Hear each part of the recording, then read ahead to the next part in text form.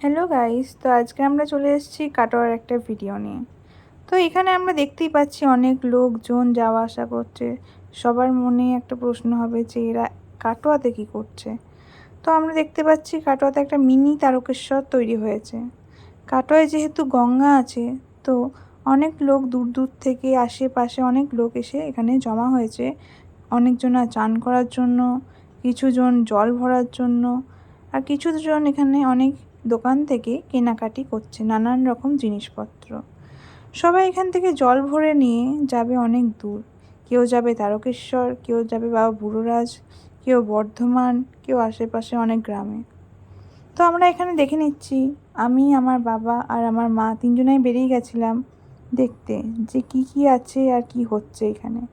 এখানে আমরা দেখতেই পাচ্ছি প্রচুর ভিড়, প্রচুর লোকের সমাগম।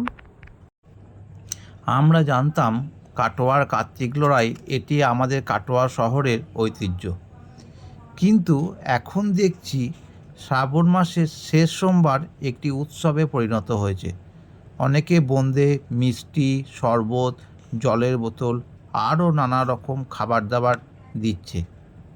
এই বলে শেষ করছি। পথযাত্রীদের পায়ে প্রণাম। সবাই আমাকে আশীর্বাদ করবেন।